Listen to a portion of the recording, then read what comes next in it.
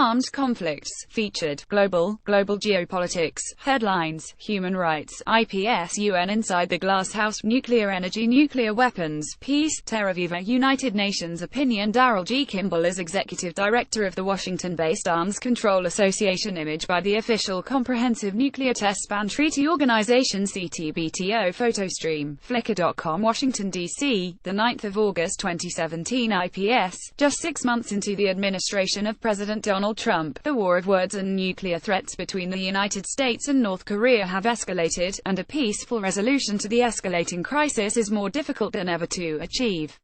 Both leaders need to immediately work to de-escalate the situation and direct their diplomats to engage in an adult conversation designed to resolve tensions. On January 1, North Korea's authoritarian ruler Kim Jong-un vowed to continue to build up his country's nuclear forces as long as the United States and its vassal forces keep on sick nuclear threat and blackmail. Kim also warned that North Korea was making preparations to fly test a prototype intercontinental ballistic missile ICBM.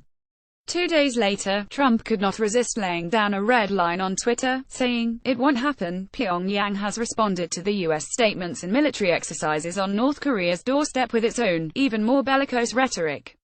Following press reports that a U.S. carrier strike group was being sent toward the Korean peninsula, North Korea's deputy ambassador to the United Nations warned April 17 that a thermonuclear war may break out at any moment and that his country is ready to react to any mode of war desired by the United States. After an interagency review, Trump and his team announced a policy of maximum pressure and engagement to try to get North Korea to abandon its nuclear ambitions and its ballistic missile program.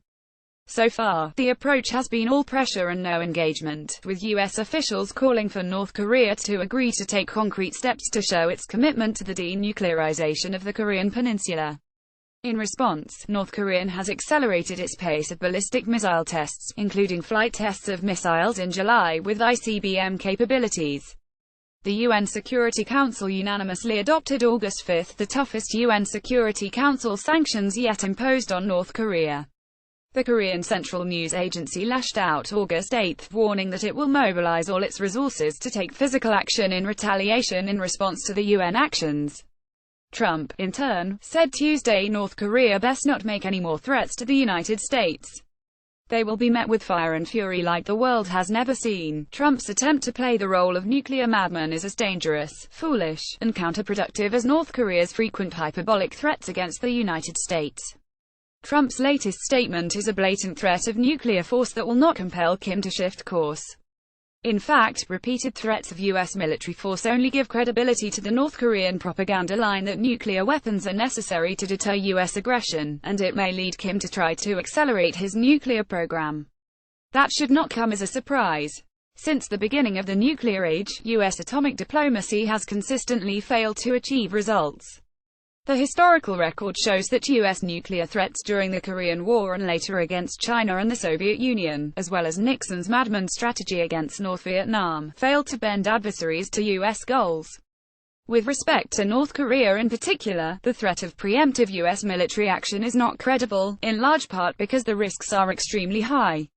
North Korea has the capacity to devastate the metropolis of Seoul, with its 10 million inhabitants, by launching a massive artillery barrage and hundreds of conventionally armed, short-range ballistic missiles. Moreover, if hostilities begin, there is the prospect that North Korea could use some of its remaining nuclear weapons, which could kill millions in South Korea and Japan. U.S. intelligence sources believe North Korea has already developed a warhead designed small enough and light enough for delivery by an ICBM. North Korea's may have a supply of fissile material for up to 25 nuclear weapons, but its fissile production capacity is likely growing and it may be ready to conduct its 6th nuclear test explosion, which would further advance ability to develop a reliable missile-deliverable warhead. Trump and his advisors need to curb the impulse to threaten military action, which only increases the risk of catastrophic miscalculation.